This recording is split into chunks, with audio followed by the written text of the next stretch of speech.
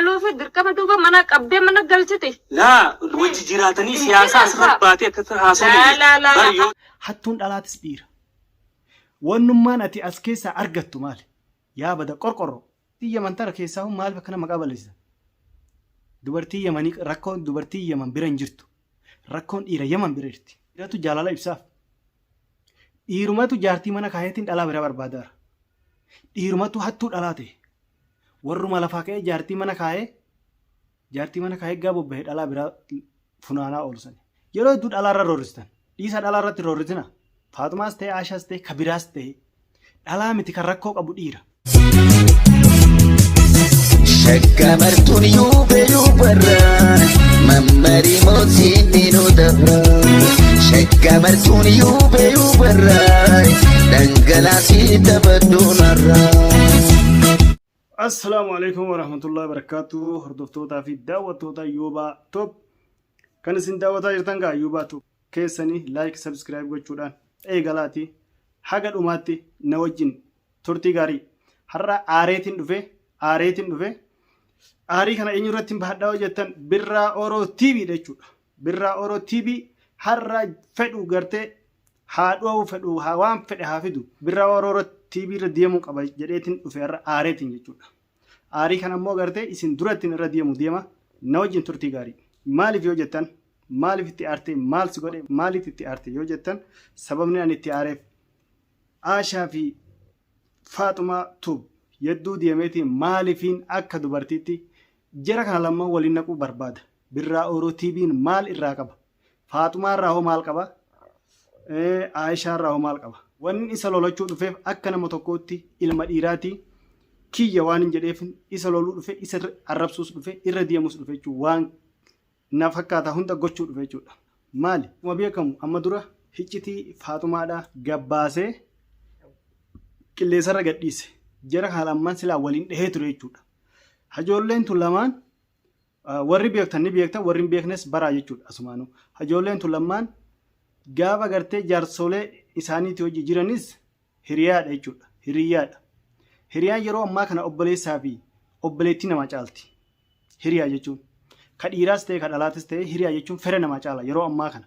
Yoo beektan hiriyaa jechuun fira nama caala. Yeroo ammaa kanatti firarra hiriyaatu lubbuu siif kenna. Fira kan keetirra obboleessa kan keetirra obboleettii kan keetirra hiriyaatu irra nama fayyada. Jara kana lamman maaliif waliin dhahuu barbaada? Maal irraa qaba? Maal irraa argata? Gaaf dura hiccitii mucaa tanaadhaa nama isii fakkaatee hasoksiisee hiccitii san guutuu gabbaasee qilleensarra gadhiise. Jara kana lamman mucaan tun gaafa agartee hiriyaan ishii tun akkana gochuu agarte miira addaa keessa galuu dandeessi. Galtees jechuudha. Miira addaa keessa galtee turte jechuudha. Garuu obsa qabdii nama obsa qabu hiriyaadha waan hiriyaa taateef hagas mara obsitee akkasitti waan kana guutuu asiin gahan. Haa ta'u ammallee Faatumaan jala hafee jette viidiyoo darbe irratti yoo agartanii laattan jechuudha. Jala hafee jettee dubbatte. Haa ta'u jala hafuu dhabdullee inni hin gallee jedhan inni yoo galuu baate. Ammaan tana salaantaa gaafadheetiin jira tartiibaan na gaafadhe. Bar waan hin jenne beektaa dubbii tanaatu onnee nagutu jira. Aashaa haateen oggool baateen jaarsa namaa irraa hafe jaarsa namaa harkaan dandeessan. Dhuga bakka irraa haftee ni gammannaa garuu namichiin isiin raabeettu Junayidiin jaarsi foosii illaa ammallee hin galle. Illaa ammaan hin galle akkas taanaan anammaan tanaa dhiyoo tanaa siyaaseetiin jira. Dhiifteedha. Ammoo dirqama Faatumaan mana qaba. Bakka inni jiru maaliif ta'e dhiifte manaa deeme si biran dhufa telefoonaan dawwaluu fi dirqama duuba mana qabdee mana galchite. Laa wajji jiraatanii siyaasa asirratti baatee akka haasawanii. Hatteetiin walla akka daawwattoota isii ilaalu daddabdee booche. Ni boochemi eega boochee ka dhugaa irraa haftaa mucaan kummee. Haa barbaaddattu haa dhuga mucaan. Yaa Aashaateen ati waan takka goon qabdu. Tamaam anumaa sirra qofa waan saawwanii. Uummanni wankin dhokata wajjira dhiiste. Akkuma Aashaan hubantu harka qabdee gashiti daa'ima moo inni kun agartee bar biyyaa baar kaffalatee dhufe biyyaa noolii kaffalatee dhufe sii galee naa ta'u mana kiyya jedhee galuu qaba isaa ta'uu baatu suuqa seenatuu qaba malee isiin tun agartee gulanuu wal jaalanneetti kalaas ani si dhiise waan ta'eef mana galii jechuun hin dandeessus immoo gochuus hin dandeessu jechuudha yoo jetteenu fedhu siin galu fedhu dhiisa jechuudha. Kanaafuu yoo isiin yoo inni mana galuu baate jalaan hafne jechuudha. Moo dhoksaa hojii jiraatudha. Mee isaa hojii haa jiraatanii innis galuu haa baatu. Isii tanatti dhufteetiin maaliif jara kana wal jibban gochuu barbaadda maal argatta as keessaa? Wannummaan ati as keessaa argattu maali? Yaa bada qorqorroo. Jara kana ammoo waliin dhooktee wanni ati as keessaa argattu maali? Ati gara Aishaa taatee Faatumaa miidhuu barbaaddamu gara Faatumaa taatee Aishaa miidhuu barbaaddaa naaf hin galle. Maaliif? Isiisantu balleesse balleessaa isiidhaa akka nama tokko loladhaa jennee dabarre. Yoo lolattan lolachuu yoo dhiistan dhiisuudha. Ijoolleen tun ufumaa hoggaa dhiirri guuttee jirtiiti isaan nama dhiiraaf jedhanillee wal didanii wal didanis immoo isintu wal dichiise. Ati wal dichiise. Birraa Oroo TV. Birraa Oroo TV wal dichiise ijoollee taalamaan. Ijoollee hiriyaa wal jaalattu hiriyaa wajjin jirtu hiriyaa akka lubbuudhaa uffata takka keessa waliin bultu maaltu yedduu kana bar hiriyaa jechuun siigalee gaachana ofiiti. Hiriyaa jechuun mistira ofiiti. Rakkinaaf bal'oo ittiin qoodattu. Nama agartee gammachuu kan keetiif waan agartee si qunname hundaa'uu ittiin qoodattu. Kanaafuu maal irraa argatta ati ijoollee taalamaan waliin dhooktee amma dhuftee inni gallee maaliif jettee ashii tana kakaasuu barbaadde? Maaliif Faatumaa irratti kakaasuu barbaadde? Kana gaafiin kiyya kaatee Faatumaa irratti duultu gochuu barbaadde. Moo waan ati argattu jira as keessaa? Mee maal argatta? Wanni ati argattu tokko hin jiru. Yeroo ammaa kana dhalaa yeroo hedduu dhalaarra roorristan. Dhiisa dhalaarratti roorrisina. Faatumaas ta'e Aishaas ta'e Kabiraas ta'e dhalaa miti kan rakkoo qabu dhiira. Dhiira suumarraa qabee jechuudha. Suumarraa qabee anumarraa qabee kan rakkoo qabu dhiira. Hattuun dhalaatis dhiira. Haga har'aa agartee dhalaan jaarsa namaa heerumtee dhalaan maalii jettee dhalaan dhiira nama barbaaddee dhalaan jaarsa nama barbaaddee dhalaan abbaa ilmoo heerumtee dhalaan yaaki rakkoo abbaan qabu dhiira. Dhalaan eessattuu nama gaafattee hin dhageenye. Dhalaan eessattuu yoo si jaallattes garaa keessa si jaallatte akka lukkuudhaa akka quxurroo lukkuudhaa garaa keessa jaalatti dhalaadha. Dubbattee ol hin baafattu. Abbaan dubbatee ol baafatee isii tan agartee miira keessa gashee yookaan akka jaalala ibsuuf dhiira jechuudha. Dhiiratu jaalala ibsaaf. Dhiirumatu jaartii mana kaayetiin dhalaa bira barbaadaara. Dhiirumatu hattuu dhalaa ta'e. Dhiirumatu hattuu dhalaa ta'e. Maaliif dubartii Yaman tana maqaa kana balleessaa? Keessaa dubartii Yamanii itti aanee dubartii biyya Arabaa tana. Maaliif dubartii Yaman tana keessaa maaliif akkana maqaa balleessaa? Dubartii Yamanii rakkoon dubartii Yaman bira hin jirtu. Rakkoon dhiira Yaman bira jirti.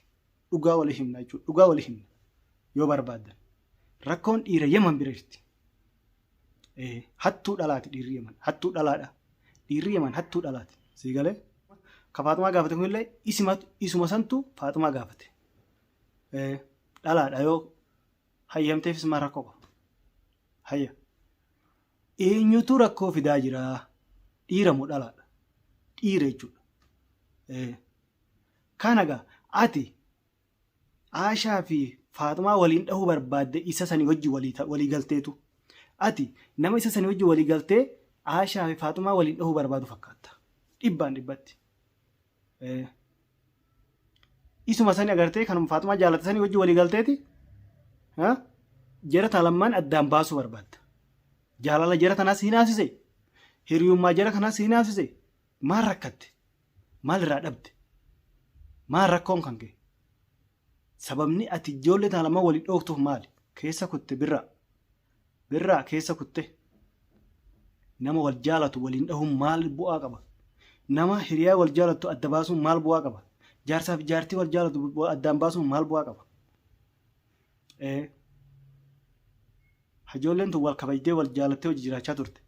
Ati isa sanii hojii walii galteeti ijoollee taalamaan addaan baasaartaa jechuudha. Jaalattee jibbitee. Si abbaan rakkoo qabu. Si abbaan rakkoo qabu.